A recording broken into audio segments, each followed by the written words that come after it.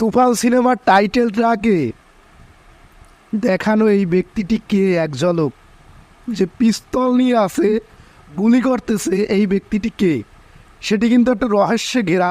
আমি যখন প্রথম টাইটেল ট্র্যাকটি দেখলাম কয়েকবার টেনে টেনে পজ করে দেখার চেষ্টা করেছি। আমার প্রথম দর্শনে যেটা মনে হয়েছে এটা যিশু সেনগুপ্ত।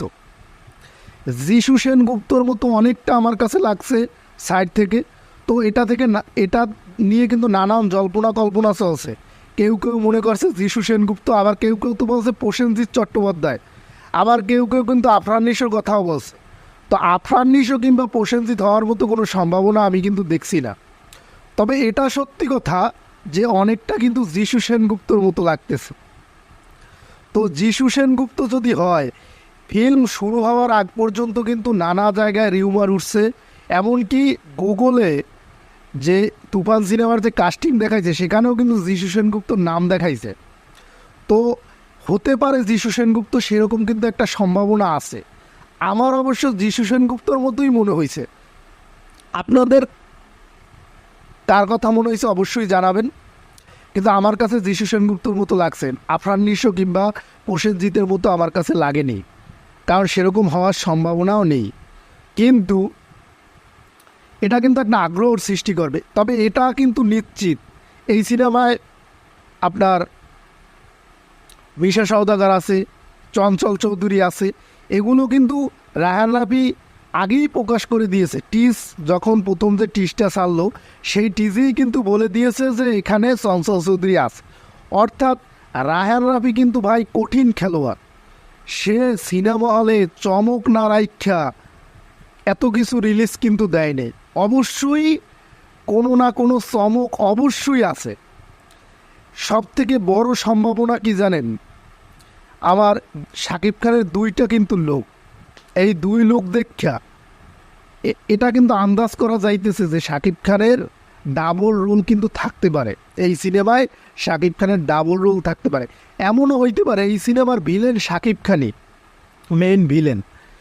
কিন্তু এই ব্যক্তিটাকে কিন্তু আমার যিশু সেনগুপ্তর মতো লাগছে।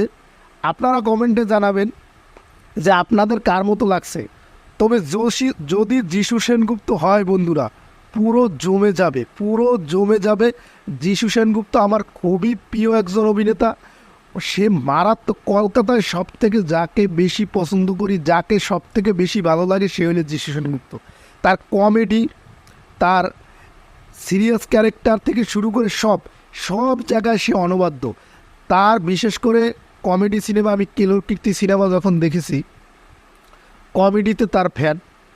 তারপরে জুলফিকার, আপনারা অনেকেই এই মুভিটা দেখে থাকবেন।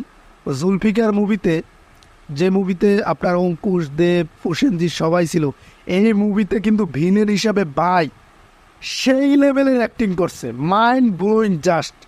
যিশু সেনগুপ্ত এই মুভিতে জাস্ট ফাটাই দিছে। এছাড়া এখন তো হরহামেশাই তাকে তামিল বলিউডের সিনেমায় দেখা যায়। তো যিশু সেনগুপ্ত যদি এই সিনেমায় থাকে সেটা আমার জন্য খুবই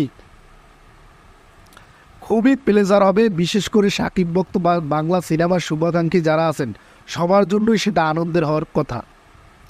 কিন্তু এরও ভিতরে আর একটা কথা না বলে পারছি না, যে তুফান নিয়ে কিন্তু নানা রকম ষড়যন্ত্র চলতেছে। কিন্তু ভাই কোনো ষড়যন্ত্রই কোনো কিছু কাজ হবে না। তুফান আসবে, তুফান কাঁপাবে, তুফান নতুন করে বাংলা সিনেমার ইতিহাস লিখবে। তো সাকিবিয়ান যারা আছেন, এবার পালা এই বাংলা সিনেমার ইতিহাস, বাংলা সিনেমার মোড় ঘুরিয়ে দেওয়ার।